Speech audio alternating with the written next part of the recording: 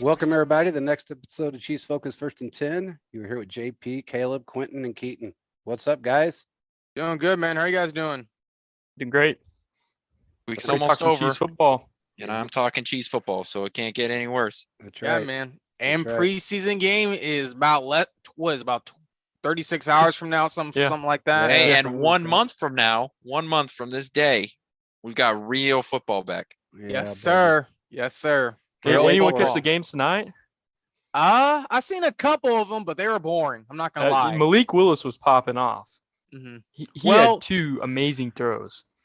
Oh, nice. So Where'd you find the game at? Because I tried to watch on the NFL Network, Oh, and it was it the was on Giants and the Hulu. Patriots playing, and it was terrible. yeah, But then I found a live stream to the Titans one on yeah, YouTube. that was so I a guess good one. That was a good one. Yeah. Okay. I didn't watch any of them.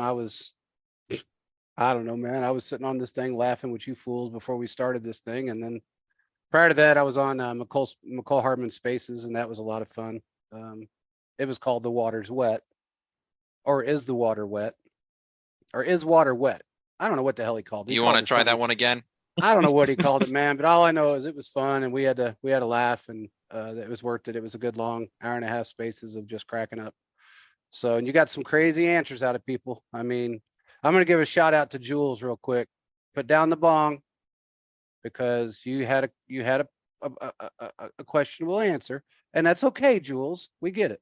McCall was there. Mark Gunnels was there. We all heard it. It was funny. I will give it to you, girl. It was funny.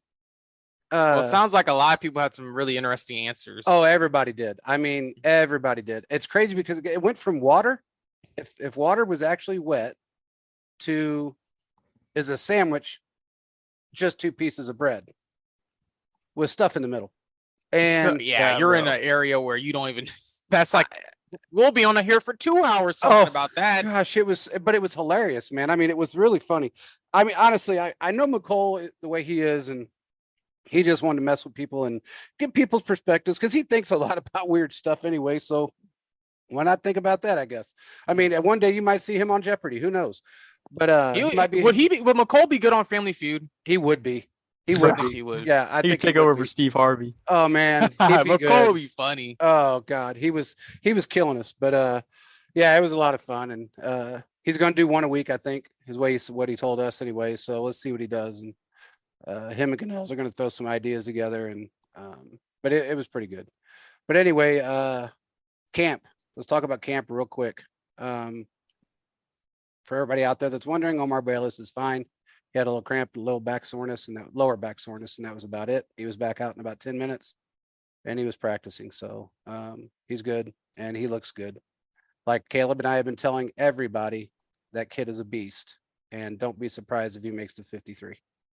That's what I keep hearing. Yeah. So I agree with that, and I think one of the observations when me and Caleb went up to camp was he was making plays, and then there was some other things it was very surprising. Some of the guys that were starting on the first team offense, and one of them was a tackle. And I know it doesn't mean much right now. Andrew Wiley is a starting right tackle for us. So Yeah. I mean, that might not be a big surprise to people because y'all remember him from playing in the last Super Bowl, not very good. But last year when he did get to play, he was very good. I mean, he played, I don't know which game. I think it was either the Bengals game, I think maybe, whenever Niang got hurt, but he played well, and he played well throughout the playoffs whenever we didn't have Niang. So Yeah. I'm excited to see what he can do, as well as Darian Kennard. And then what I think most people are excited about right now is Isaiah Pacheco. yeah, Yes, Yeah. Pacheco. yeah, he looks good. And Yeah. I just so you guys know, I already asked around, and I'm just saying it right now. Don't be surprised at some point between week 1 and week 5 if he's not running back 1. I'll just leave it at that. So, he is that impressive to those guys. So, Well, I mean, he passed the eye test when me and Caleb were there, and he made that number 10 look like it was still Tyreek wearing it. He was blowing everybody off the line. He's hitting the holes hard.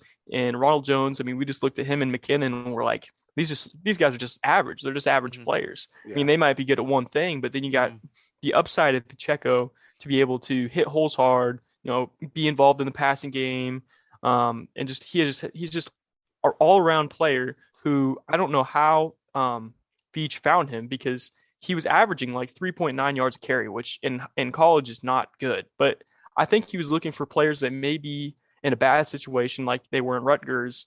And that's why he fell to the 7th round, even though he was an athletic freak that everybody knew was probably going to go to the NFL, because his team around him was just bad. I mean, they had probably the worst offensive lineman in the college football. Yeah. Yeah. You can't do much when your offensive line's horrid. Here's what I will say, and I think one of the reasons why, the Kingdom is so excited about Pacheco is that we have a running back who hits the hole quickly and the right hole behind the offensive line. I don't think we really haven't had that since Jamal Charles. Ever when Jamal Charles was done after his couple of knee injuries, we really haven't had that one true number one running back who can go through and see hole, hit hole, and get 7 yards when there was only 3 there to get. Right. Yeah. I mean, Clyde, when was the last time you seen him hit the hole and run for 50 yards? I don't think he's ever done that. I don't think it's ever happened. It's not his skill set. It's not what he was used at LSU. And quite frankly, it's not what he's been used here as, because it's not his skill set. And I think just as Chiefs fans, we were used to seeing more of that style of running back, is where, the one cut back. And it's just exciting to see a different skill set being utilized, even though it is training camp and there is, training camp hype every year. Plus, not only that, but he's also being touted as the return guy. And so you have a guy that has multiple skill sets in a position that is really a need for Kansas City, because going into training camp, I didn't know who was going to be returning punts for us. Mm-hmm. Yeah, no, that's fair. That's fair, because I think when you look at Pacheco, he's a great all-around running back. And when Quinten and I saw him out there, and even when Keaton and I saw him out there was a lot of different things that we saw. And one thing that was brought up, as you guys said, he can hit the hole, and that's important because you need to have the running backs that can do that. Because if you don't have that, you're not going to win games. So as we saw the Chiefs multiple times a year, they went to the Super Bowl and lost, that they were on the 1-yard line and could not get the ball in the end zone. They didn't have like a true power back. So now I feel like they finally have that guy that can help open up this offense kind of even more than it was before. But I got a question for you guys. And it's kind of about this depth chart in general, but also looking at some other players. Would you guys be confident? Would you guys feel it would be necessary to trade for possibly another running back to get another person in here to back up? Because if it sounds like Pacheco's going to be the RB1, do we need a veteran presence? I know some of you probably won't agree with this, but would Kareem Hunt be a viable option? I just kind of hear it from everyone. No. Yes. Okay. No. Quinten, go first. Let me Why start. do you say no? Okay. Yeah. I don't want Kareem Hunt, and there's a couple of reasons. One, you just look at it, he's getting older, and you don't know how much longer in this league when those running back injuries start to kick in, because it's not a question of when, it's not a question of if he's going to get a longer term injury. It's a question of when. And that's not something that I want to deal with. And then there's the elephant of the room of what happened when he was in Kansas City the last time. We know Andy Reid is about giving players second chances. The problem is that he had his chance here and he lied to the front office. And that's what really blew it overboard when that video came out of Kareem Hunt kicking that young woman. Yeah, that's really what blew it overboard, was the fact that not just that it happened and that it was disgusting that it happened. Kareem Hunt reportedly lied to the front office that nothing had happened or that there was nothing to worry about. And then that video came out through, I think TMZ is the one that released it. So no, I don't want him back because I'm not sure what he can really add to this running back room with the kind of guys that we already have in here. I don't think he really adds anything personality-wise to this running back room, and I think he's just going to cause more distractions and more issues than what he would be able to bring. I agree with that, because you knew whenever the video came out that it was going to be a bad deal. But even the Chiefs coaching staff said that they probably would have found a way for him to stay on the team had he not lied to them, which tells me that that was a big issue for him to say one thing and then obviously a video come out and then be the exact opposite. So I think that's why he got cut, because I don't think he would have been cut if that hadn't happened. And then as for bringing him back, I think I mean, just logically from a football standpoint, not even bringing up, his past or anything. We have guys in this locker room that do like they're very good at one thing. So Clyde's very good as a pass catching back, and Kareem's good at that, but not as probably as good as Clyde. And then Jerick McKinnon's also pass catching kind of hybrid. Of he can hit the hole hard at some points, and then Ronald Jones is the guy that can do it down the red zone and get it done there because of his size. And then Isaiah Pacheco's your promise guy that you keep on the team to possibly be better than all of those guys. So from a football standpoint, I don't think it makes sense that much. Okay, so I'm going to be the dark horse in this thing because I think Kareem Hunt is still one of the better running backs in football. Yes, he had an injury, one in 5 years, 6 years in the league. You can look at that situation from many different perspectives. Did he lie? Hell yeah, it was wrong. He was also 23 years old, scared, put in a bad position by somebody else, and that girl should have never been there. And then when it comes to him actually restraining himself as long as he did until the N-word came out of her mouth about 40 times because she wouldn't give him $20 for a cab. She had a fake ID. She was 18 instead of 21 or 19 instead of 21. And he asked his buddy to remove her from the situation numerous times through the night. His buddy did not do that. Kareem tried to separate himself from that whole thing. And he had some to drink. I'm not going to say he did something right. I'm not condoning what he did. He held himself off as long as he could. He was very young. He was being stupid. But I don't know that with the lying part of it, I'm not sure how many guys at his age with the fear factor of I'm probably going to lose my job playing for the team that I'm playing for if they wouldn't have lied. I mean, I just don't know if they would or wouldn't have. So do you think it's a tough situation?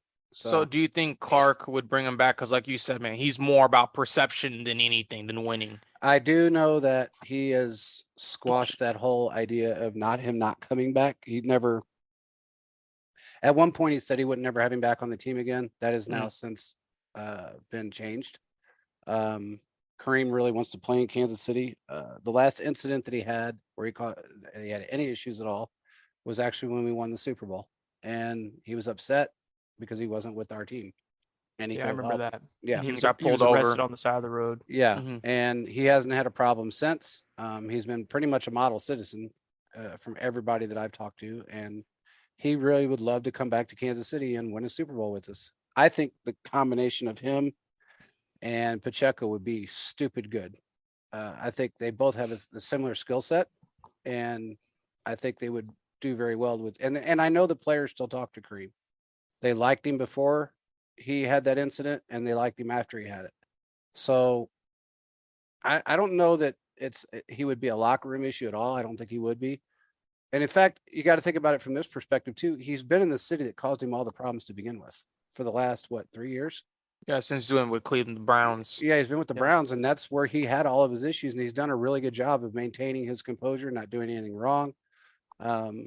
Just playing football. I think he's just tired of playing second fiddle to somebody that, obviously I think in some degree is better than in some areas. So well, I would argue with that when it comes down to the 1-2 punch in Cleveland. I mean, that's one of the best running back rooms in the league. It is. I mean, you basically have two starters. Yeah. So I mean, when it comes down to it'd be interesting to see if they could get him. I'll be honest with you, I really don't know. It's a toss up. It depends on, number one, he wants a contract extension reportedly. So how much that contract extension is going to be. You already know the Chiefs don't want to sink a lot of money to quarter and running backs. We see now, as Quinn, I think you said earlier, that the Chiefs have seen what CH has done so far, and they're like, well, we're not going to take a running back high anymore. I think you said on one of the previous shows. Yeah. So it's just kind of one of those situations. But, I mean, if it happens, great. I mean, there's always going to be positives and negatives to everything as a whole. But I think at the end of the day, I think the Chiefs will probably run what they have, but I would not be surprised if they look at other teams' rosters and see if they can get someone. Like, you guys remember, Charvarius Ward was traded. Parker Inger was a player on the Chiefs that was gonna get cut. They traded him to the Cowboys for Charvarius Ward, and next thing you know, we had a safety that was making a cornerback was making very minimal money. Yeah. to help with the structure that way. So I mean, there's different moves, but I will say this: Veach is always looking. Yeah. But getting back to this depth chart, guys, I'm kind of curious, JP and guys. I'm looking at this and I'm kind of concerned about the depth after left tackle position. You have Orlando Brown, Jerron Christian, and Roderick Johnson. Now, I remember whenever Orlando Brown was out for that little bit of time, and we talked about on our show, and we saw that Roderick Johnson was taking snaps. Frank Clark was destroying him. Are we a little scared about what's going to happen if Orlando gets hurt? Because I remember he was out for like a game or two last year. I'm a little scared. I am, but that's just me. But you're also talking about, Frank Clark right now that's surging and playing very well. So there's not if you're looking at it from that perspective, I guess I don't know how many Frank Clarks are out there that are playing and out of their shoes right now. I mean, Von Miller. I mean, he's on the Bills. Von Miller, yeah. I mean, but Von Miller's older and he had a lot more injuries than Clark did. I guess worse injuries, I should say. But I don't know. I'm a little nervous with him. To that point, I would say that there are some guys that definitely could step in at play left tackle if something happened. I think that Joe Thuney could do it. But that's why you pay Orlando Brown that money. I mean, he could get hurt, but he's there to be the guy all year. And if injuries happen, and hopefully they do not, but every team has to deal with them. And hopefully we stay healthy like we did last year, knock on wood.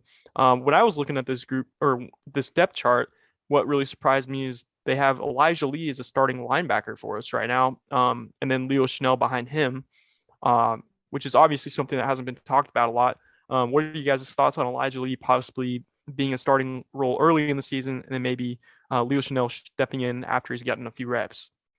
Well, it looks like on the depth chart, that's the third linebacker's position.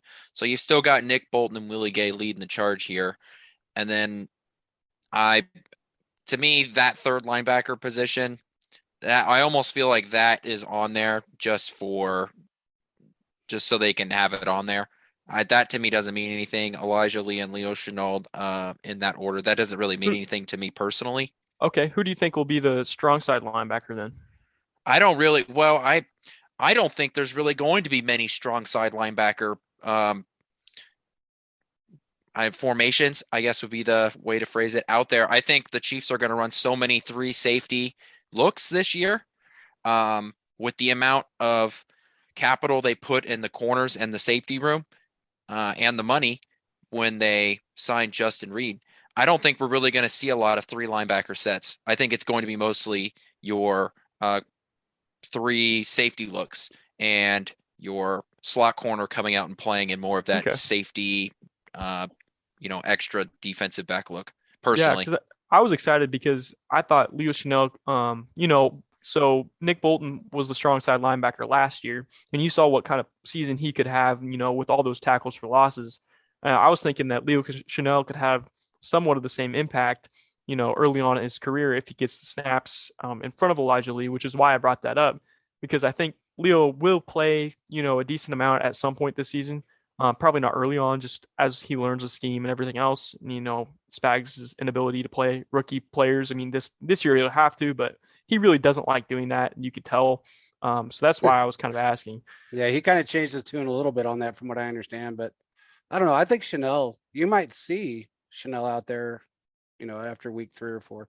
You never know. He looks good. Everybody I've talked to said he's just a beast. So you don't know Spags has another book of schemes that kind of like what Andy Reid has, and he'll change things up in a minute if he's got the personnel to be able to handle those schemes and those packages. So Spags and Reid really are 2 peas in a pod.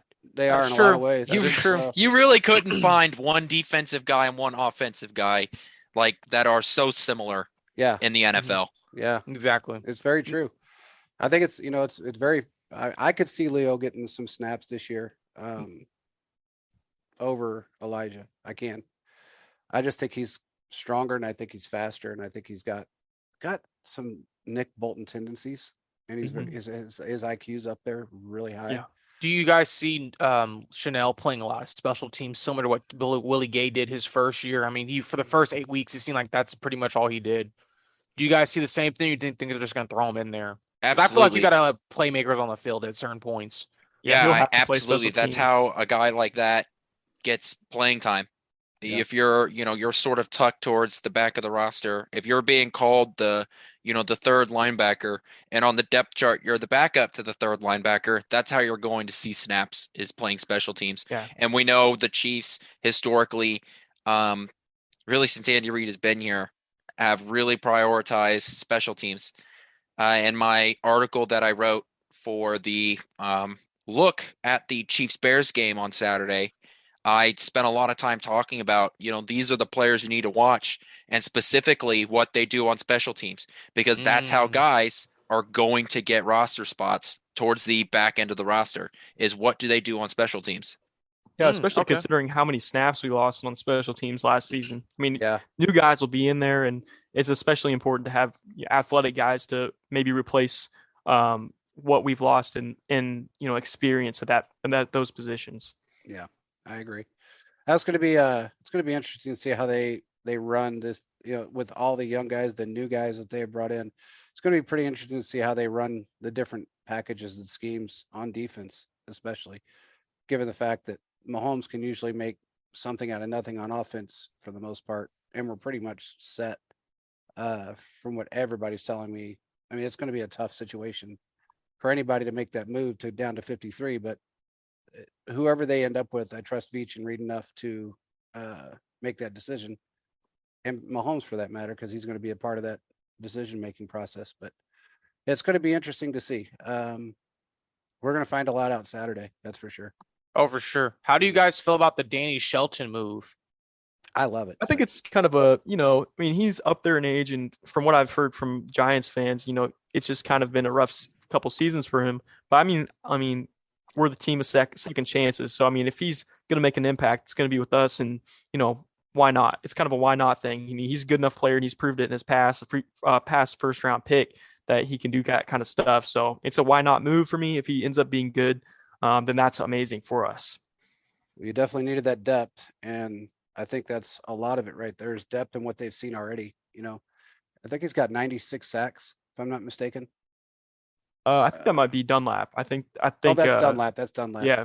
I can't remember where he's at right now, but I know he's an excellent run stopper. He really is a good no run offense stopper. to like the defensive lineman we have right now besides Chris Jones, but they really haven't been much as of late when we really needed them to get a that's stop. true. And That's I really looking at this guy's highlights when he was with the Patriots and with a guy like Joe Colin, who's a really good defensive line coach, I think he's really going to help plug up those holes and maybe even get to the quarterback, because the Chiefs have really struggled.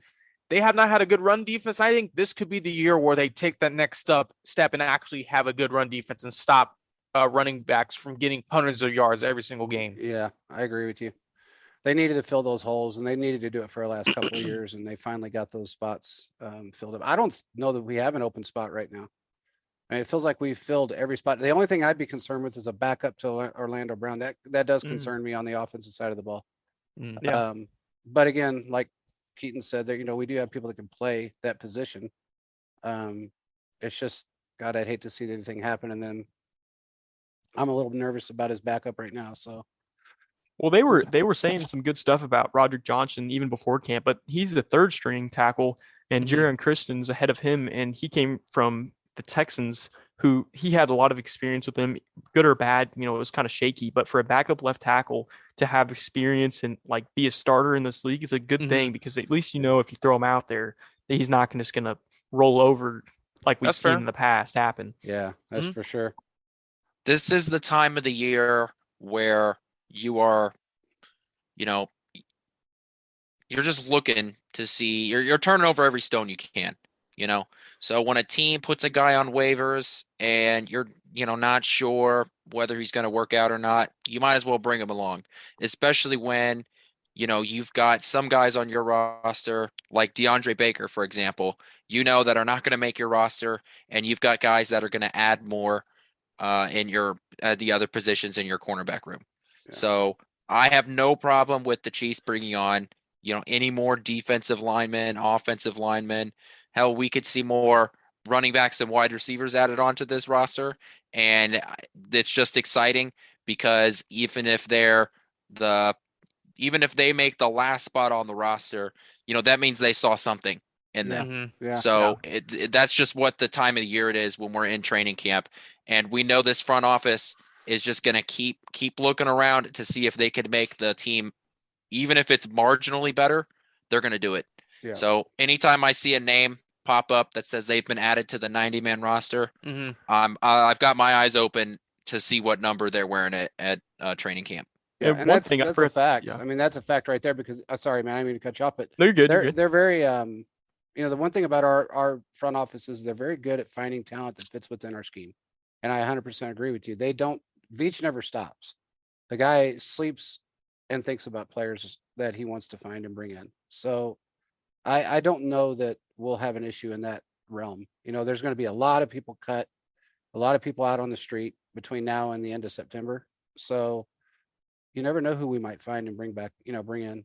You just don't know. I mean, they it's the one found thing about Traverse them. Ward. That's Yeah. one where I remember people looking for highlights, and there was only a couple of them. People were like, I don't know what Veach sees in him, but all right. And he Yeah, became a quality day one starter for us. yeah, he did. Very consistent, very, very consistent player. He's hurt right now, but I mean, he's out for a couple of weeks, but and the San Francisco actually went and signed a corner to replace him for a couple of weeks. And he may just end up staying for depth. But I don't remember other than his hand, he broke his finger or his hand. Yeah, I think actually. it was Broke just his like hand. one of his right or left hand. Not for sure which one. And he played through it. So, but other than that, he really hasn't been injured much. So still playing well. Yeah. One thing, Caleb, I noticed on the roster, Jerry and Eli, the running back supposedly that we thought, was doing really well in camp. I found out he was listed actually as a wide receiver. So he's making he's making a switch from college where he was an all SEC running back and he's turning into a wide receiver. So I thought that was interesting because, we saw him catching a lot of it in the backfield and we were like, oh, he's a running back because, he played that in college. But I will say this. And Quinn, I think you saw that when we were at camp, whenever Sky Moore and other receivers like Juju were taking snaps out of the backfield as a running back, I wonder if they're going to try to use him in that role possibly because Jerrion is really, really good. You can kind of use him as a scat back, but also putting a wide receiver, that just makes him more dynamic. Yeah, I don't know if he'll make the roster just because he's listed as a wide receiver and the competition is already so insane there. And speaking of that, on the roster depth chart, if everyone's looking at that, we have probably 8 guys here that I'll go list, and I want everyone's opinions on who do you think is going to be cut, because realistically you're only keeping about 6 or 7 receivers, and you got Juju, Sky Moore, MVS, McCole, Justin Watson, and then you have 2 possibly more spots. So I'm gonna read these off. We have Josh Gordon, Omar Bayless, Aaron Parker, Devin Gray, and then you got Cornell Powell, Eli, Corey Coleman, and then Gary Jennings. Which one of those players do you think makes the team? So you're saying 2 of them? I'm going to say...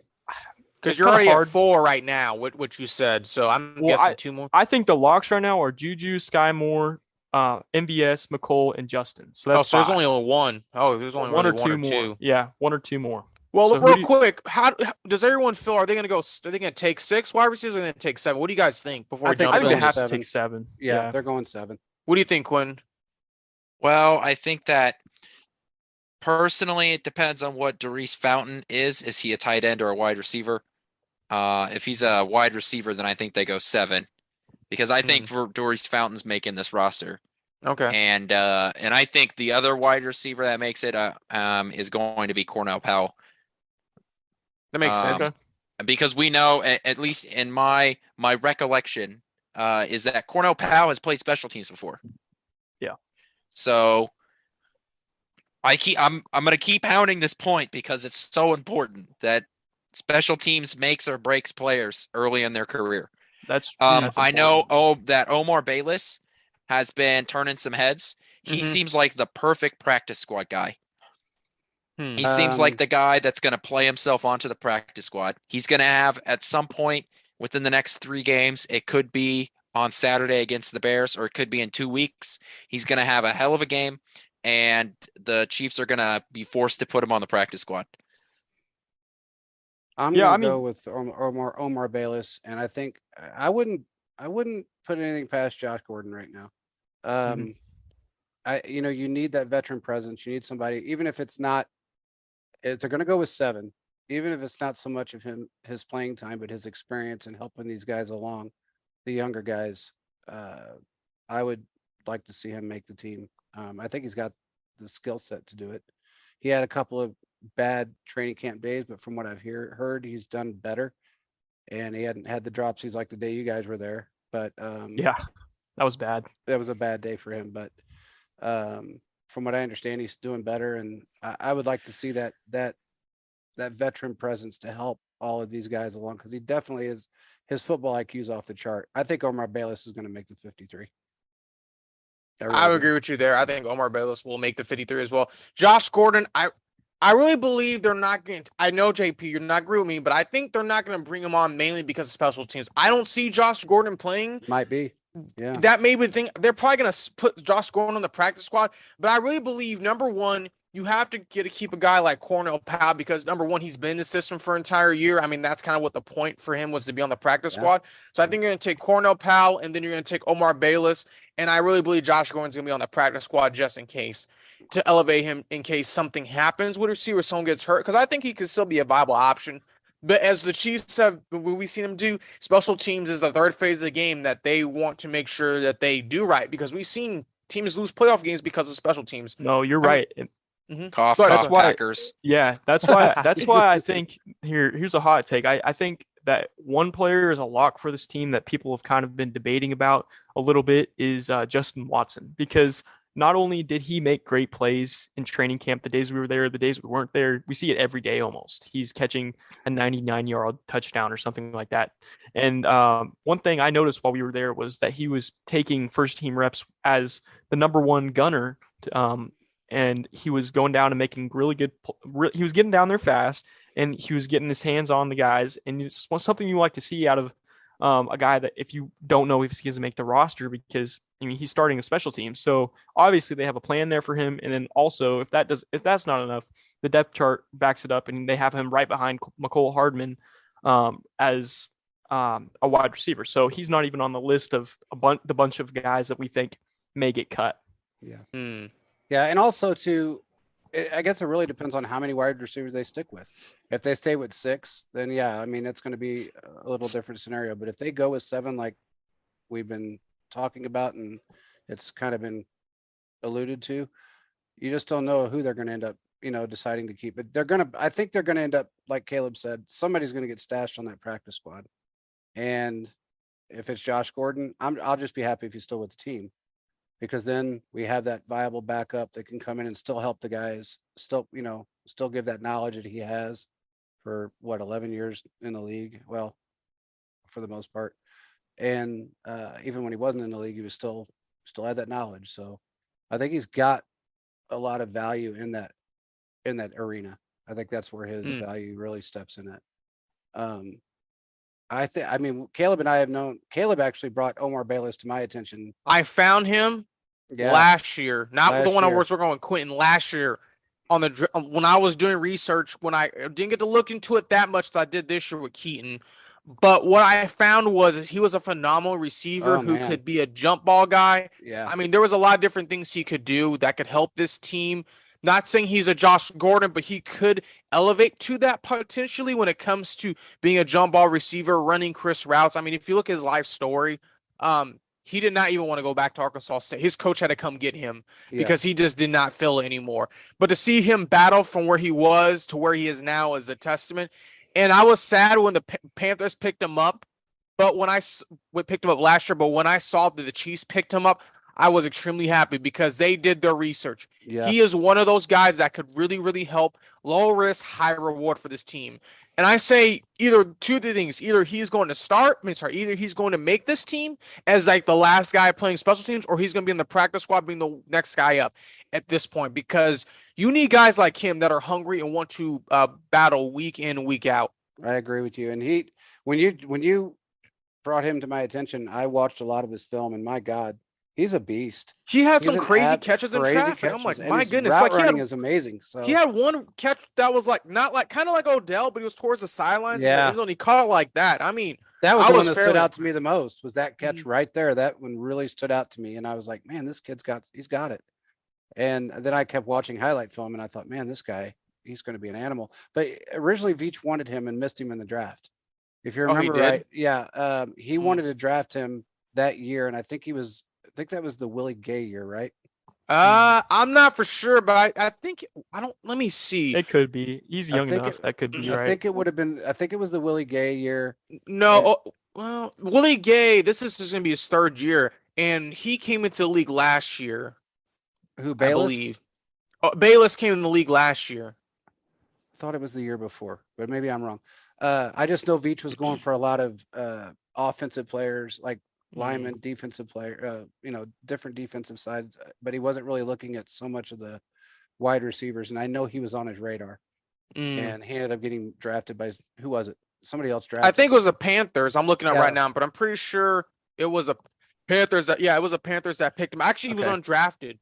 Okay, in it was like, 2020. he was just picked up. He was just picked up by the Panthers. So I don't know, man. I just think he's going to be a phenomenal player once he's in the groove and doing what he's supposed to do. Mhm. And everybody's talking him up right now. When I talked to a couple guys that were there today, one of them is a media guy. He said, "Yeah, he was everything he said and more."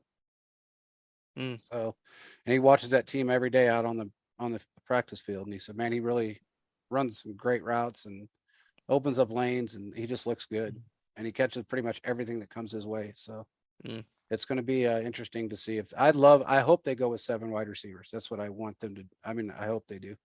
If they Yeah. go with 7 wide receivers, 4 running backs, well, yeah, maybe 3 running backs, but because I'm hearing some things that we may end up losing somebody that I'm just going to tell you, I don't think Rojo is going to make this team. At first, I thought, okay, they got some money invested in him, and they're probably going to hang on to him. But I got a strange feeling that he's not going to make this team. He's the Yeah. next Carlos Hyde. Yeah. yeah. The He's going to problem- get packaged somewhere for Kareem Hunt. 7th round draft pick, and they'll move on. Yeah. Yeah. Mm. The problem I with mean, go ahead.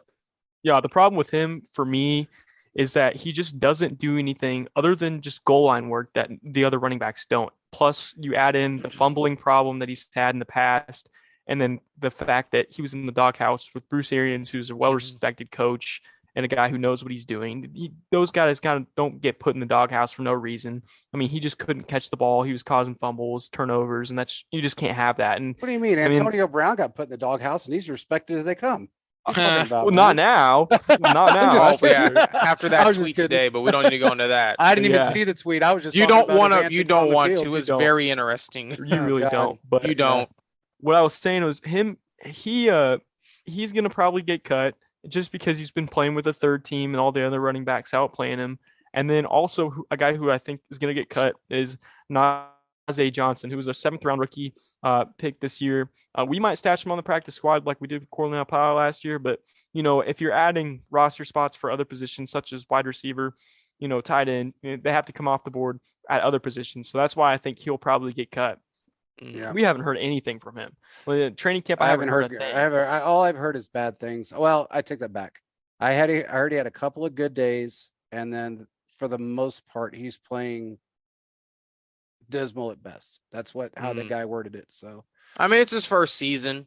I say they saw something. I say you just throw him on the practice it was squad his and see what he speed. does. It was his speed, to be honest. They always looked at him as a special teams guy because he ran like a 4.28 or something. Well, I like guess that. Pacheco's just kind of taking that role. Then it sounds like. well, honestly, like I told you, man, everybody I've talked to has said the same thing. Don't be surprised if he's not running back run by week 4 or 5. Yeah, That's what I would they're not be saying. surprised. He's learned the playbook. He understands. He's got a phenomenal the true number 1 offensive line to run behind. I mean, when your offensive line is put above Green Bay's right now, that's phenomenal. So, I mean, you can make any running back look good with that. I mean, they're going to So, open do up you think Pacheco highways. could win Rookie of the Year? Well, I know we're going off, but do you think he could be Rookie of the Year? I think he's got potential. From everybody I've talked to him, what I've seen, I think he has a potential to do it. I really do. It helps that there's no real quarterback in competition with that. Yeah, Mm. I agree with you. That's fair. That's fair. I seriously doubt a quarterback's winning that award this year. Oh yeah. Yeah, I think it's No. going to be Drake London. If I'm going to be honest, he's looked insane in camp. He was one of my favorite players in the draft, and As soon as he got on the Falcons and I started seeing videos on training camp, I knew why he was the first wide receiver taken. Mm-hmm. But, and personally, I would love for it to be Sky Moore, but I just don't know how much playing time he's going to get behind Juju Smith-Schuster. Mm-hmm. Juju's That's playing fair. out of his shoes, by the way. He is playing out of his shoes. You know what? Every time I hear Juju's name, this is kind of a personal story. I was watching a video with my friend when he was on the Steelers, and it was about the Pittsburgh offense. And the top comment on YouTube under the video was Juju is poo poo. And so every time I see his name, I think of that top comment with like 1,000 likes of just Juju is poo poo. No explanation, no details, just simply that. Jeez. I think hate Juju's people. good, though. I'll be honest. I Yeah, do he think is good. Juju's good. I don't know why this person was just upset or just thought they were like 6 years old Just and the said TikTok Juju is poo poo. dances. Yeah, Guaranteed. that is just some idiot fan.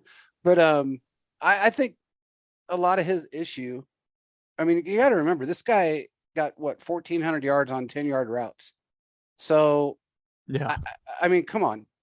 He's a great player. He just had a lot of not just competition in Pittsburgh, but also a lot of favoritism went on there when Ben was there. And then when he finally is able, AB's gone, Le'Veon's gone. He's got two really good wide receivers in Juju and what's his name? I can't think of his name right now. Claypool. Deontay Johnson. Claypool. No, Claypool. Oh, okay. Then all of a sudden you got Noodle Arm. Ben throwing in the ball that can't get 30 yards down the field. And Now, if he plus does, he was hurt. yeah, and he got hurt. So it's just, I think he's going to really prove all those doubters wrong. I really do. I mean, when you got a guy like Ben, that's his arm just turned to jello. I mean, he was throwing worse than Drew Brees was his last season. So it just is. And Ben's a strong dude. I mean, he can throw the ball when he was Oh yeah, he healthy. was. But I don't know, man. Poor Juju's had he's had kind of a rough career when it comes He to that chose team. to go back. I don't He feel did. bad. That is He fair. did. He did. You bring up a great point, Keaton. I think what this shows too is that you can be an extremely great player, but this game is about team success. This is not an individual sport. The whole team has to collectively play good for people to do well. And I think that's one thing the Chiefs, it's going to allow him to probably, I'm not saying get 1,400 yards, but I think he could possibly go for 1,000 or right under it and get about 7-8 touchdowns. Well, I tell you what, I understand why he went back. Look, when you're going up against guys that are already on the team, when it comes to Tyreek Hill and it comes to McCole Hardman, and then you got the mindset of the depth chart, and then you had to listen to the spiel from somebody else that I'm not going to mention right now that probably didn't bode well with him. Or you had a chance to build your stats up, and because you're going to be number one, number two wide receiver with the team that you're used to and you're comfortable with, thinking that maybe your quarterback's going to go for a run, you're going to go with that. Nobody wanted to play. I mean, look how hard it was, how difficult of a time we had trying to bring in wide receivers when Tyreek was here. And look how easy it was for us to bring wide receivers after he left. I will say this, though, and this is just my opinion. If you added Juju to that offense last year, you can't double team anyone. Kelsey's going to break records. Hill's going to be run all over people, and Juju's going to get open. Yeah, so I feel healthy like Sammy Watkins. Exactly. They literally could have. This offense could have been something like another level. Yeah, than and what I it don't know was. but I don't know if he thought that, given how hard the playbook is and how quickly he would have had to adapt to this team, that he would have made that much of an impact as a 1-year rental, because that's all they were offering at the time was 1 year. So why, he probably just didn't think he was going to make that much of an impact. Similar to like JP, if you get Odell Beckham, and I was saying this last year, when Odell Beckham could have went to the Chiefs, it would have been great because you cannot guard everyone. I know. You get Odell Juju. Beckham is a different player. I'm going to be will say honest with that. you, though. I think Juju can still have a greater impact too. He And might. to be fair, he did sign when Tyreek was here, so he did walk into that contract knowing that. You're right, but he also knew that Tyreek was going. That was something that was we had talked about it on the show. We just didn't know who it was. We knew that they were cutting a key starter. We just didn't know who it was. So I'm imagining that conversation was probably brought up to him and saying, look, you're not going to have to worry about this because this is probably what's going to happen. And that's more than likely why he signed.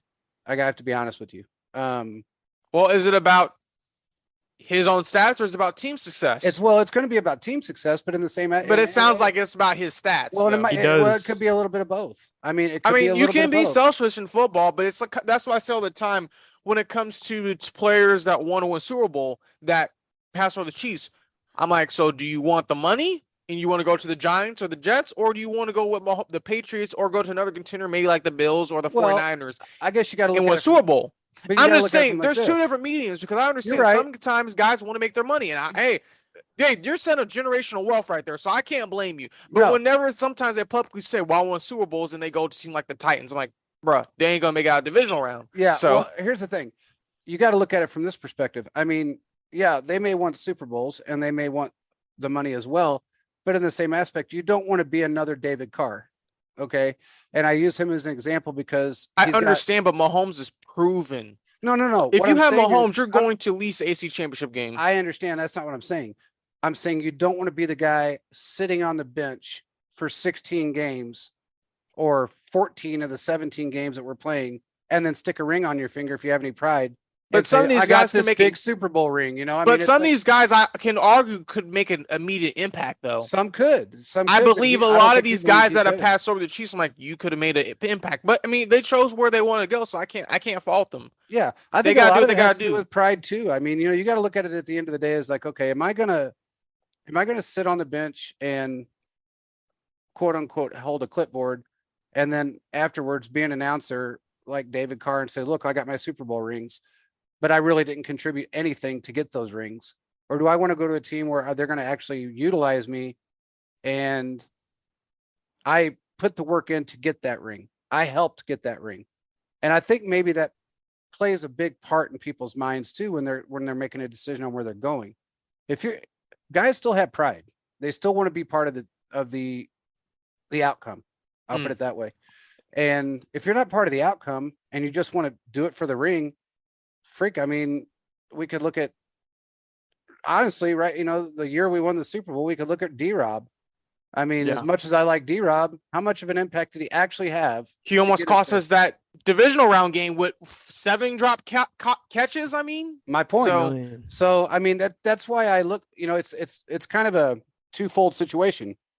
You can say, yes, I want to go to a Super Bowl contender because I just want a ring when I retire.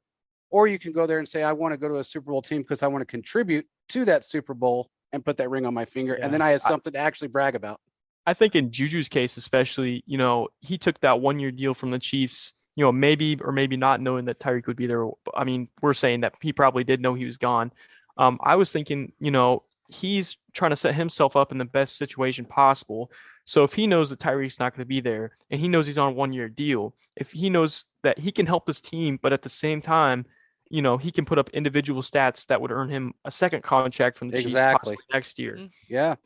Which is good for the Chiefs too, because then it's like a prove it. So like we don't have to shell out all this money to a great player and then maybe not play as well. Because Veach has learned his lesson. You know, when he traded for Frank Clark, that was the one time he was going to make that mistake.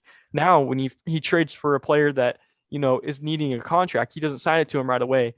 You know, he franchise tags him in the Orlando Browns case, and makes them prove that they're going to get that money that they are worth instead of signing to a huge deal and then regretting it down the line. So I will go ahead. I will say this: when it comes to the Frank Clark deal, and JP, we had BJ Kills on the podcast last year. He ended up because this was before he was coming to Chiefs. Well, after he came to the Chiefs, he was telling us that deal was market value. It was maybe overpaid as it was. That was the market value for him. Yeah, I mean, it worked out. We got a Super Bowl ring, and you could say in certain areas, it's overpaid, but it got them a Super Bowl ring, and it brought some type of defensive culture that the Chiefs didn't have before.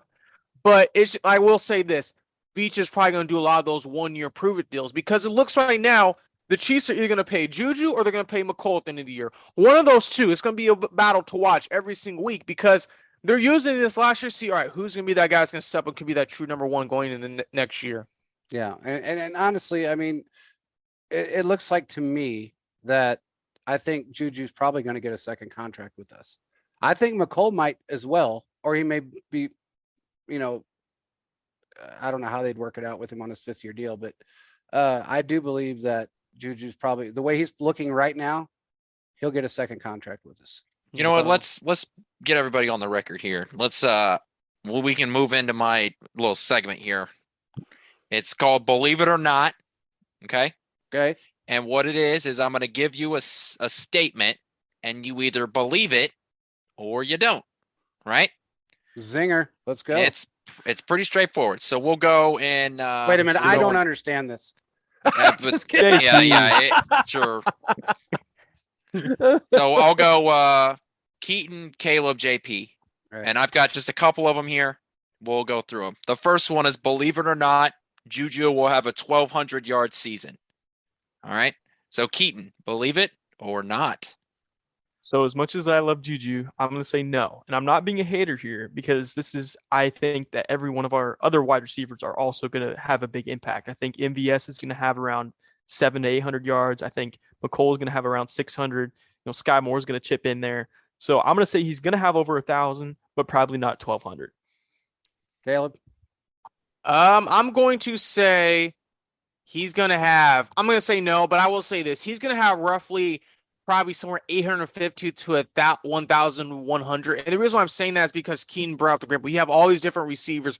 We're going to see a lot of guys that are like in the hundreds, upper, I'm seeing 600 to 800 range, and not many guys get into 1,000. Which is okay. I'll be the dark horse and say I could see him getting 1,200 yards, or right at 1,200 yards. We playing Madden now? Yeah. And I'm saying this because he is experienced and he's got the skill set from everybody I've talked to that thinks that he's going to be Mahomes, either number 1 or number 2 target next to Kelsey. Okay. I mean, we take Kelsey out of the picture. So I'm not saying take him out of the picture, but I mean, if you leave him to the side, wide receiver wise, he's going to get some yardage. So I'll say he'll get right at 1,200. So I'll leave it at that. All right. I've got a couple more here. Believe it or not, Carlos Dunlap will hit his 8.5 sacks. I don't think there's any reason not to believe it, because he's done it, the last couple of years in a row. And, he's going to be in an even better situation this year, because he might start for this defense, and he was not starting or hardly playing any snaps last year. I'm pretty sure he played only like 30% of the snaps for the Seahawks. Yeah. And it's just ridiculous. So, and he had a high pressure rate. When I talked about it on the TikTok account, I said that he had a higher pressure rate than a lot of the guys on the roster or on our team last year, other than Chris Jones. And so, yeah, I think he'll get the 8.5 as long as he sees the field and stays healthy. Quinten, I believe it. I think it's very possible. Looking at his highlights the last couple of years with the Seahawks and looking at his numbers, he's a pressure machine and he will get a lot of sacks. Just seeing what he's been able to do. I think having him with Frank Clark, Karlaftis, also with the Chris Jones in the middle, the defense is going to be really good. It's going to allow him he may even get to 10. I'm going to be honest with you. Yeah, I really believe it's possible. Yep. And I believe it. I think he's going to make it. I think he might surpass it with this defensive line. So what about you, Quinten? What do you think? Yeah, I think with the rotation that's going to be had, I wouldn't be surprised to see him get only a little bit more percent of the downs. So probably more around that 40% mark. But I think that's actually in his benefit, being an older guy, to just not run your legs down for the entire season. I don't think it was a bad thing for him to have limited snaps last year. I think it's a really good thing, especially on the defensive line, because that means you don't have to take snaps off. We've all seen it to where defensive linemen, we've seen Chris Jones do it, where, he'll get double teamed and then he'll just stand and put his arms up.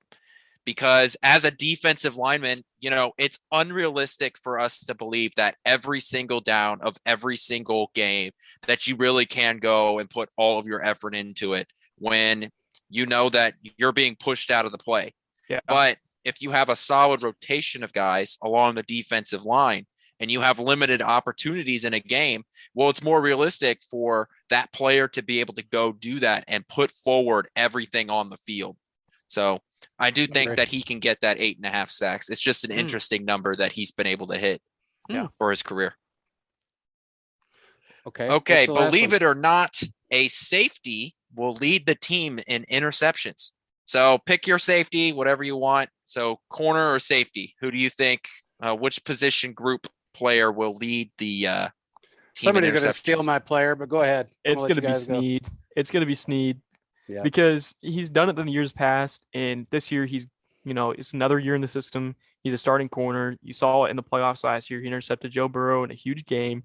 He's been my favorite player on this team defensively because I like his speed because, he was a safety, so I don't know if that's cheating, but, I love his speed. I love the fact that he's a slot corner who has the ability to tackle. And all around as a player, I love him. But I definitely think he's going to have the most picks unless Trent McDuffie or maybe Joshua Williams steps in there and as a starter and makes those interceptions. But if a safety has the most picks, I will not be mad.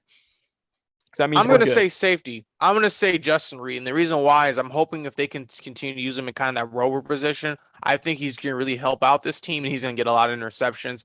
And if he can do that, this defense is going to take another step than what they were last year because we saw all those blown coverages, all those missed tackles. I think the defense is going to be in a good spot. But having Justin Reed there and having Thornhill be in the back end, but mainly Justin Reed as a rover, I think the Chiefs are going to be in a very, very good spot.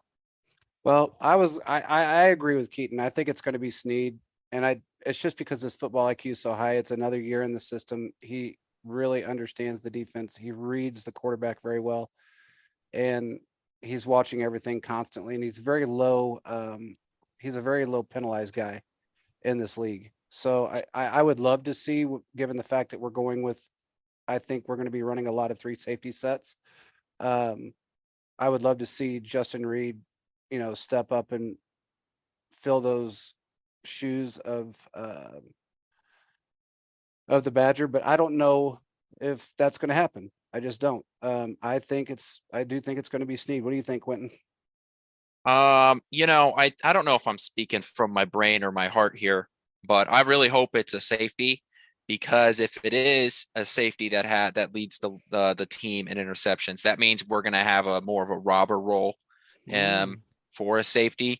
And I love me some 3 safety sets. I love seeing guys, the more athletic types being on the field and just being able to cause havoc in the middle of the field, especially when you have safeties that can, do a good job covering in between the hashes, getting rid of quick slant routes or, those sort of taking a tight end out of the game.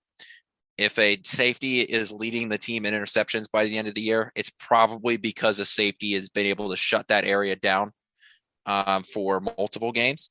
And so my heart wants to tell me a safety. And so I'm going to convince my brain to think that too. There you go. I think this defense is going to take a whole nother level. So I agree with you 100%. And not one person in this group mentioned Juan Thornhill.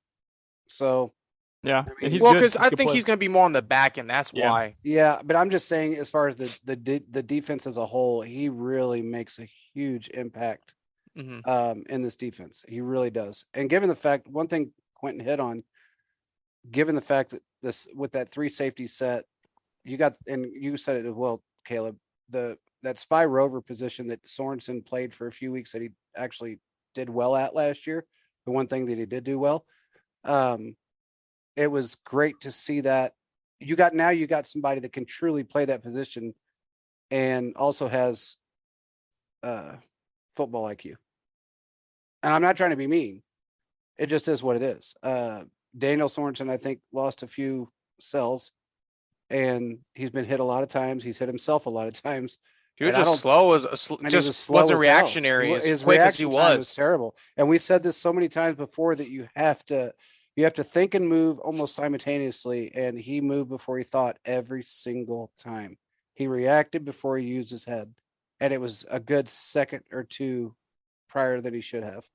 And that was where his mistakes came in. And it just is what it is. That's why he got burned. That's why it cost us 5 touchdowns last year. There are a couple of games where the Chiefs have literal. They were going to get hold their defense was going to hold the other team to 0 points. Yeah. But he would miss the tackle and touchdown or blown coverage and touchdown. Yeah. It was like he was diving at ghosts. There was times he was just diving at nothing. I don't know if he's seeing double, if he needs glass. I don't know what it is, but I just think honestly, what it came down to was Spag just put him in a position he wasn't ready for, and where was more worried about the quote unquote what he did during the Super Bowl. I'm like, okay, that was great, all his plays when he was on special teams. well, here's a record for you, real quick. Breaking news. I don't consider this a record, but hey, it is what it is. More power to him. The Ravens still haven't lost a preseason game since 2015. Oh my God. They haven't won a Super Bowl since 2012, 13? I don't remember. When Joe Flacco was there. Yeah, it was exactly. So yeah, there you go. That was 12 or 13. Yeah. So I guess it's a record. I don't know. I mean, if preseason matters. I mean, the Patriots for the last couple years were always winning preseason games. I mean, I use them to measure and see how are these guys playing. I'm not really caring about the wins and losses. I really doubt Andy is and the coaching staff, because I want to see what can these guys do. This is not going to anyone's record. I mean, the Ravens can win all these games in preseason, but this doesn't count towards the regular season. I'm putting $20 on the Chiefs to win this week. $20? Yeah. There you go then. We're good in preseason. Okay, there you go. I'm a degenerate. I want to bet $20 on the Chiefs to win. Hey, if they win, hey, more power to you, man. We're playing the Bears, bro. That's fair. It is the Bears. Yeah. I just don't want to see. So what's the quarterback's name? Why is his name so much? I don't want to make Justin Fields seem like he's a great player, and they're like, oh, preseason Justin Fields did this, and after 4 missed tackles. I just don't want to see that, because I already know what the narrative is going to be the next. The trap game preseason. It's going to be called over. Quinten, we're probably going to have to do an article the day after the games or something like overreactions, because I can guarantee you, if he were to have some crazy game where he throws 2 touchdowns, has like 60 yards rushing, people are going to be freaking out. He's going to start the whole game too. And Caleb just hit the nail on the head, like this crazy game that he throws 2 touchdowns. I'm just telling you, I can already see the tweets. This defense is terrible. The last good. Oh. Uh-oh. Lost Quinten for a second. No, Quinten, come back. You're back. What'd you say, Quinten? All right. Oh, I said the last good quarterback the Bears had was Jay Cutler. Wow. Yeah, that's terrible. That's terrible. Think about it, though. Woo. That actually is true. That is true. Okay. I say the truth a lot, just people don't believe me. That's actually true. He used to play in Denver, and it's kind of funny because I was looking at a kind of when he was in Denver and when he actually got traded, and he got mad because Josh McDaniels straight up told him any player's tradable. He got mad. He's like, I'm done. And they shipped him, and Kyle Orton came to the Broncos. But yeah, that's crazy though. He's their only good quarterback they've had in a long time. Yeah. Yeah. All right. What's the next question? We're gonna get. My last, believe it or not, needs some context. Oh, what's the context, bro? I mean, he's leaving us on a cliffhanger. He's giving us the context and he freezes. Oh man. Okay. So believe it or not, absolutely lost everything you said. You were in the Matrix. It's all right, man. Clyde Edwards-Helaire best receiving season was in 2020. He had 297. So believe it or not, Clyde will have a receiving career year. Better. This is what I'm going to start with.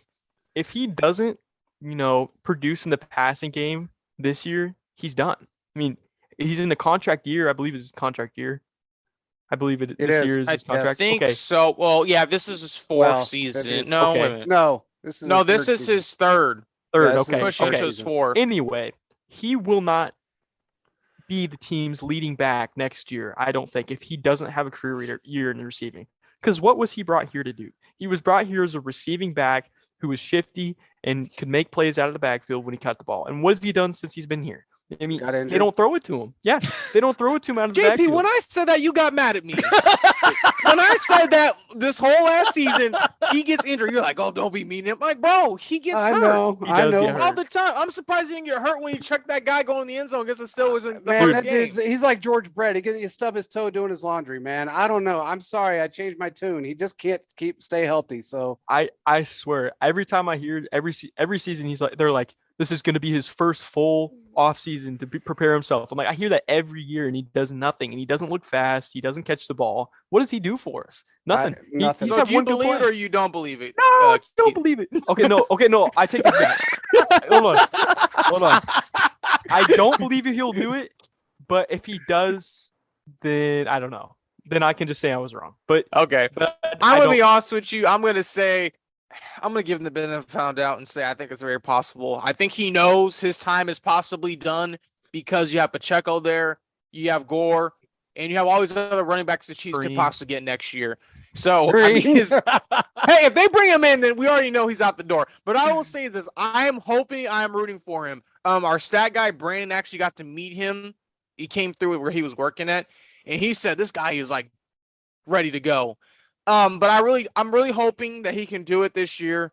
And I know that Claude has a lot to prove, and I think he knows, like you said, JP, he was on the PUP list and he came off the PUP list. I think he knows people are starting to say some things, and we think need a refund on that first round pick, man. Yeah. I want it back. Yeah. I feel like that should be a thing. Peach has been You should get a calling people left and right going, hey man, can I get a refund? I still got my receipt. But yeah, I don't think it's gonna happen.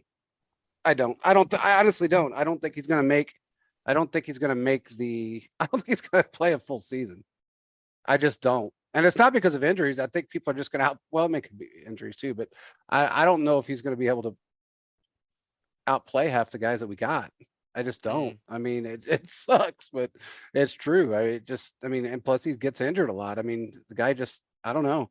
And you're right, Caleb. I was defending him. I'll defend players all day long, but damn, he's like a glass house. I mean, he gets injured so easily. I remember whenever Sammy Watkins was here, the radio host called him Glass Watkins, and it was funny, but I'm like, come on, man, you can't be that disrespectful. He's already had hamstrings injuries since he's been in Green Bay. He's already had hamstrings. Yeah, he has. What is wrong? Oh, so, Quinten, first of all, I love this, what we're doing here. Yeah. But second, I'll come up with more.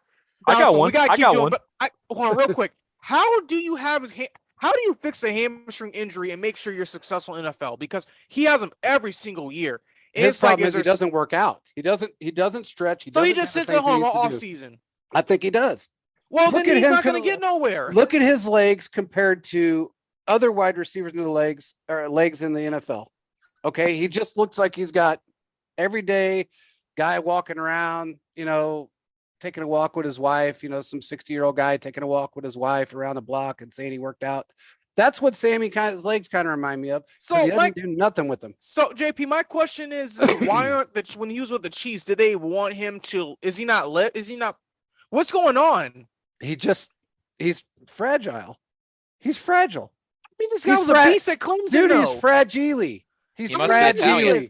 Okay, but I'm fine. Forget it. Keaton, go away with your thing. Go away. Okay. Sorry, JP causing problems tonight. JP had a little drink before. Oh, I did not, man. I'm just in a better mood than I've been. That's a good thing. But my last one was Joshua Williams. He's been a guy who's played a lot with the first team defense. And my question was, when next year comes around, will we be talking about him as possibly our number one quarterback? Number one or number two? Being a start, like a staple in our defense. I'll go first. I'm be honest with you. I'm going to say, God, this is going to be tough. I'm going to say no, because I think they're going to see what McDuffie can do. I believe what they're going to do is they're going to do a lot more rotation when it comes to these cornerbacks, because they have to draft those cornerbacks. I think they're going to have a lot of them and just try to maybe rotate to see what they can do. So I'm going to say I don't believe it just due to that. What do you think, Quinten? I agree with the overall premise where no, I don't think so, because you've got Snead, McDuffie in there, but I don't necessarily agree with the rotation thing. I just don't think that he's going to be the guy, but he'll definitely, be an impact player. He'll definitely see the field. Yeah, I would have to say no, just because we have so many pieces. Now, I do agree with the rotation thing, because the one thing that I know they want to do is try to keep guys healthy, and that's why they're bringing so many action-packed star power, like day one starter style players in that can just step into that role and, as for depth. And I know that's one thing that they're trying to avoid is injuries, or or I guess I should say losses because of injuries. And we know we've all had our share of those when, you know, one guy goes down and then you bring somebody in that just can't handle it. 2020 Super Bowl. So it just, sorry, it just flew out of my mouth. So it's just kind of one of those things that you got to really think about it from that perspective. And Veach is trying to back up that depth, you know, and he's done a great job of it. I mean, there's no doubt about it. He's done a great job. Josh was going to make a huge impact, but I don't think he's going to be that quote unquote 1 or 2 guy unless there's an injury. Unless there's He's an going injury to take Fitton's spot, then that's the only I see him to take in the slot possibly. Well, my opinion on this is that when Fitton comes back, he's obviously going to be the 4th corner because you have Snead, who's a slot corner, McDuffie, who's going to be on one side, and Fitton's on the other. So he will definitely see the field a lot. And I think by next offseason, he may see the field even more. In my opinion on this, just from training camp, I have seen so many videos of him either getting completely burnt or making the play of the day. And I just can't make up my mind on this guy because I've seen him pick off guys in coverage. I've seen him pick off Mahomes, you know, when they're targeting MVS, who's absolutely cooked McDuffie this whole training camp because of his length. And Josh Williams is a guy who's tall, he's lanky, and it could be a matchup problem and a good thing for the Chiefs to put up against taller wide receivers in that nature. So that's fair. That's just my opinion on it. That's fair. It's very fair. Okay, let's step off. That was awesome, Quinten, by the way. We got to do that all the time. I like that. I've we'll got do some that all the other time. ideas we can use later on in the pipe. Cool. Sounds good, man. Well, that's awesome. Let's step off of something and let's talk about Tom Brady real quick. Our favorite subject. He wants to stay home. Yeah, well, I heard some other things, but first it came out and it said he's going to be gone for a few days out of camp. Personal reasons or something with his family. Then he wanted to take a 10-day vacation with his family. That's what I've actually heard. So, and then I also heard some other things that he is trying to do, a couple of different scenarios. But there's some avoidance going along with this. And then there's also him feeling the heat in Buckville of not having what he thought he was going to have. And what I want to know your guys' opinion on him deciding that in the 22 years that he's played football, that he just wants to go on a 10-day vacation with his family and his kids. I mean, once you go through enough training camps, I feel like it's kind of repetitive because a lot of people have brought it up that he's basically the coach. So, I mean, even with the new look coach, I mean, it's important to get reps with those coaches. So I don't understand why he would do that. But at the same time, you know, he barely came back for the season. So maybe it was a stipulation that, yeah, I'll come back as long as you guys don't make me do my 30th training camp in a row, or maybe just be able to take time off if I need to go on vacation with my family, which it's okay. I mean, he came back. I mean, he was leaving, and the reason was because he wanted to spend more time with his family, become an analyst, and all that. So I mean, if that's the reason, then I don't think that's necessarily a bad thing, just because of how much experience he has. Okay. Now the only thing I'm going to have a rebuttal to that, and then I'll hear everybody else's. He has new wide receivers. He has new offensive line guys that are filling in for people that are completely out for the season now. And he has always had an issue with his backup wide receivers with continuity. That was proven with the 9-0 loss to the horrible Saints, because he had backup wide receivers in there. So with that being said, do you think it's a good idea still to take off and walk away when you know that you've got backup wide receivers and new wide receivers and new offensive line that really don't know your style of play? Well, to that point, I don't think Godwin's going to miss a game. I think it's going to be still him and Mike Evans because he's been participating in training camp from what I've heard. You know, just following fantasy and all that, I pay attention to all that pretty closely because, you know, it's either you draft a guy and they don't play or they do play. And it sounds like he will play week 1.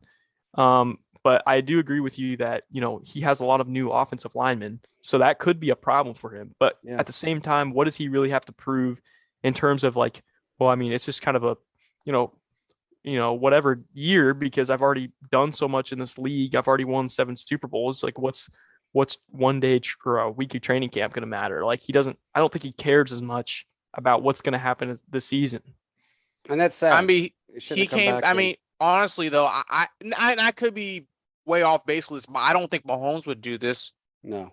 And the reason I'm saying is because it sounds like he's rethinking everything. I mean, every day it seems like someone on the Bucks is getting carted off for cramps or someone hurts his knee. I mean, the center's out for months. I mean, I think that's the season, honestly, or Yeah, he's done. towards the Super Bowl. I mean, I really believe he's kind of rethinking this. Yeah. And he came back all abrupt. And I mean, hey, I mean, that's kind of what to do. I mean, maybe he was kind of forcing it because they claim Schefter jumped the gun. But what I would say is that if he's rethinking it, maybe he's going to number one, retire, which I don't think it would. I think it would kind of tarnish his legacy if he retired when he played this season. Point, yeah, I agree. I guess it depends on either that 45. or he may be trying to do something else. But I just don't, to me, if you're the leader of the team, you just don't take 10 days off in the middle of the season. No. You just don't. Unless there's a stipulation that's extremely important. And maybe this might be an actual vacation, but Brady's always been football first. From what I've seen from the outside in, I could be wrong, but it seems like he's always been football first. And for him to take personal days, I'm not for sure. I mean, JP, we kind of said something earlier, but Quinten, what do you think? I'm not sure how much further Tom Brady can tarnish his legacy when every other offseason he's involved in a team losing a first-round draft pick. That's fair. Oh, zinger. I mean, no shit. I mean, you're not wrong. He's not wrong. It seems like every time he's on, they always lose a first-round pick when he's on those teams. Yeah. It's happened 3 times. Tom Brady has been involved in all 3 of them. Yeah. Now I don't know why he's leaving, and it's for personal reasons. I don't want to jump the gun on it. If there is something happening in his life, he is a human being. That's so fair. I don't want to speculate on that. If we're assuming that it is just that it's for, hanging out with his family, going on a vacation, I think playing in football with how competitive it is, if you have that thought, that moment of, you don't want to do it anymore, you shouldn't do it, because you're going out there and you're putting your body at risk, and you're a 45-year-old man. Has he turned 45 yet? Yeah, he just did. Yeah. And you have there you go then. Played until 22-year-olds, running at you at the fastest a human body is physically able to run. I don't think you should do that, just because if you're on 100% in, you can't do it. I agree with you. And I think, he did turn 45. He's still in the league. So technically he wanted to play until he was 45, and he did that. Although he hasn't taken a snap in a game this year, he's still a part of a team at 45 and a player. I don't know. And I do believe he's second guessing, but I also know some other things that were kind of rolling around, and I'm not going to mention those right now. We'll see if that actually happens, but it involves another team. But we'll see if that happens. It's just very strange to me. I don't think it's a good look for the rookies. I don't think it's a good look for even the veterans. I think it's a bad look towards the guys that you just brought in to help you win. And regardless if it's, taking a few days off to hang out with your family, or, whatever the case is, that, it's football season. That's something you should have done prior to training camp. And I think he'd already been, if I'm not mistaken, somewhere with his wife and kids during the summer. So we'll just have to see how that plays out. But I don't know, man. I have a strange feeling something else is going on just from things that I've heard, and we'll see if that plays out. But it started out with a few personal days, and then I was told that it was basically a 10-day. It's like 10 days now. And he's a vacation with his family. So the NFC is so crazy right now, because the 3 best teams, one of them, their quarterback isn't there. The other one has just a bunch of randos playing wide receiver. And the Rams, Matthew Stafford is having elbow tendonitis, which is a baseball injury, not a football problem. Yeah. It's the angle that it's the way he throws the football. I think he played baseball, and he did. He was teammates with Kershaw. Yeah. So he probably throws kind of like that anyway. He does. And he's had that problem in the past, and he's thrown the football a lot in his career, even though people don't really want to believe it. He's thrown the ball a lot. He's had to. So, I mean, let's hope and pray that doesn't continue. I like the guy. I mean, I do. I like the guy. I think he deserved what he did last year. I actually Caleb will tell you on the show, I said they're going to go to a Super Bowl. That change is a huge change for them, and they needed it. And I didn't think Goff was the guy to do anything for them after that one good season that they had. I just didn't think it was going to happen after that. He lost some weapons, and then he lost who he was. So he couldn't make anybody around him better, kind of like Mahomes makes everybody around him better. So I'm glad he got where to a degree where he needed to be, and I hope he's better because I do like him. I think he's a very humble and he's a very good quarterback. I mean, he's very accurate. He's got a strong arm, very high football IQ. I hope and pray he makes it back because that would be another great football team this year in the NFC. When you really think about it, there's not very many. So in the NFC, that it's pretty wrecked. And it's easy to be great when there's no good. Exactly. Exactly. You're right. I mean, he's 100% right. You're right. I mean, it's, when you're in a room by yourself, it's pretty damn easy to be the best. So I don't know. Oh, that was another question that was brought up on McColl's thing today. So if a player is considered the best versus a player that's considered the greatest. We're going to be on this for an hour, JP. I just the best versus the greatest. Yeah. So if you're talking about a player, and it's something that I wanted to bring up on the spaces, but I didn't get a chance to, but somebody brought that up and I thought, okay, that's a weird question, but then it started kind of playing in my mind and I know the answer to this, but I want to know what your guys' thought is. So if you're looking at teams or players and somebody says, oh, he's the best. And then you look at somebody and you go, okay, he is the greatest. What's the difference between the two? Best is now, greatest is all time. Thank you. Thank you. Finally. I mean, you wouldn't believe the crazy ass answers that came out of people's mouths. I listen to a lot of other people's opinions, and you would, I would get it. Yeah. Yeah. It was crazy. People were going like, okay, well, Tyreek was there, there was another ball player on there and I can't think of who he was right now. But he was a Georgia Tech guy. And he said that he was actually the best or the greatest that played with Georgia Tech in his position at Georgia Tech. Okay, he's no longer with Georgia Tech. But he, and he played with I'm trying to think of who else was there. There was one other player. Was it Calvin Johnson or is he too old? It might have been Calvin Johnson. Okay. Yeah, I think it was Calvin Johnson. But then McColl stepped in. He goes, no, you were actually the greatest because you actually had better numbers. And you led, you broke more records and things of that nature. So people were just saying, oh, the best is the best no matter what. And, like Mahomes is the best, and blah, blah, blah. Well, okay, look, if you're still an active player, you may, and it's all position based too. You could be the best player on a team, or you could say he's the best player on the team, but what does that really mean? Yeah, Mahomes I agree with you. I think quarterback.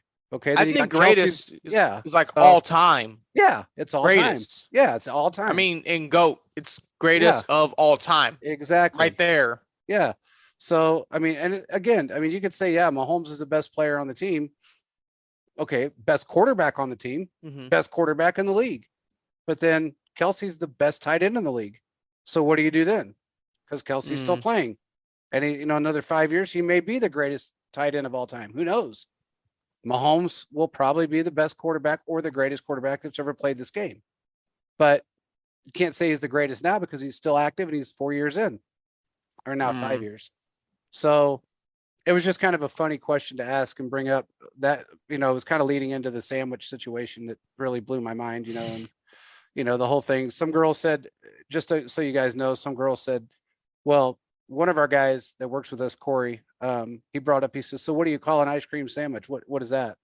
Because they were trying to figure out what a sandwich was compared to a hamburger and a hot dog and a taco. Somebody said a taco is actually a sandwich. Anyway, so Corey said, well, what do you think an ice cream sandwich is then?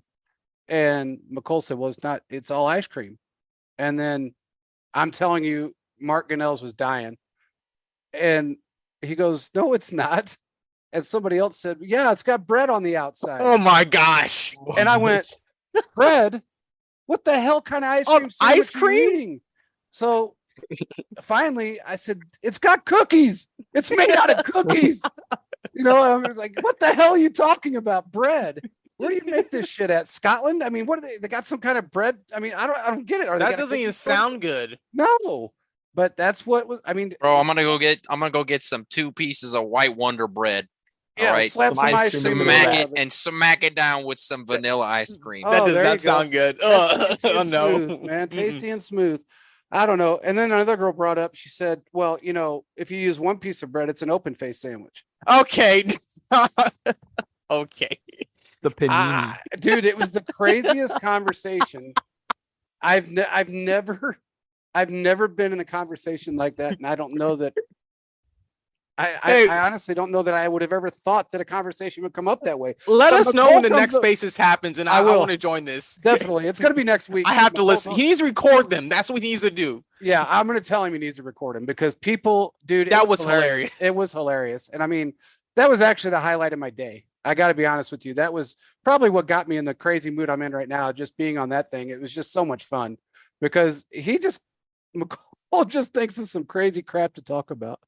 And the answers, some of the answers, and then the bong thing got me even more. That was hilarious. She goes, you guys caught me when I just got done taking a big hit. And she's coughing while she's saying something round shouldn't be considered a sandwich. She should just go off the spaces at that point. I didn't even know what to say at that point. And then she actually put it on our Twitter, but it's round. Doesn't matter. She was. Oh Yeah, well. she had me Oh, laughing. well. Yeah, she had me laughing. That was kind of funny. But yeah, it was a good time. So anybody that's out there, the next time you guys listen in, be next week sometime. They're going to come up with some new ideas, and it's going to be a good one. I can tell you now, it's going to be a good one. So, and we're gonna be doing the spaces this week. We're gonna try and do some. What's going on Saturday, Caleb? You're going to be busy. I'll be busy. I'll be covering the game till Okay. about 3. Okay. Yeah, unfortunately, it's my moving day. Yeah. Or else I'd be on. Well, we're going to do a spaces and try to get some people to interact. So everybody jump on, and maybe we'll do some live interaction during the game as well, since it's a preseason game and nobody's got to really worry about it. So, but with that being said, has anybody got anything else besides bread made ice cream sandwiches? I think we covered every aspect of life. Yeah, I think we covered everything. Yeah. I mean, that was fun. So this has been a great show. Quinten, shout out to you for the great content. That was awesome. We got to do that every week. And For sure. appreciate you guys coming on. And by the way, guys, make sure you give everybody a follow. Give you guys a shout out real quick for your Twitter account. Yeah, I'll go first. It is You're good. You're good. at Quinten C. Morris, Quentin C. Morris. And if you have any ideas, if you want a specific believe it or not, see what we think, just DM me. We'll add it to the show. We want more influence from you guys, because it'll be great to hear from you guys. I've actually had some people reach out to me, so that's pretty cool. That was that's really awesome. Cool. So someone the Juju question is where I got that from. Oh, That's nice. awesome. That's That's perfect. Yeah, same here. So keep them coming, people. Mine's Keaton the Kicker at Keaton the Kicker. Same here. You can send me any questions you want me to bring up, and I'll make sure to work them in. There you go. Okay, guys. Well, make sure you give everybody a follow and check out our website. It's completely changed. Also, we have merged with another website. It's not completely finished yet, but it's close enough to where we can spit it out. If you want to check out our other website, primetimesportstalk.com. Just check it out. It's all sports all the time. It's got everything on there from NASCAR to Major League Baseball, NBA, soccer, hockey. I mean, whatever you want, it's there. Golf. It's more of a national site, and we are working with we're working that to get that all put together completely now. And we're going to be hopefully doing live stream shows at the beginning of the season. We're almost ironed out on that. We're going to have to take a couple hours to hook everything up. But once that's done, do a couple trial runs, and we will have live stream shows during the season. So with that being said, give us all a follow and keep listening because we got a lot more content coming. Peace out, everybody. See you next time, guys. Man.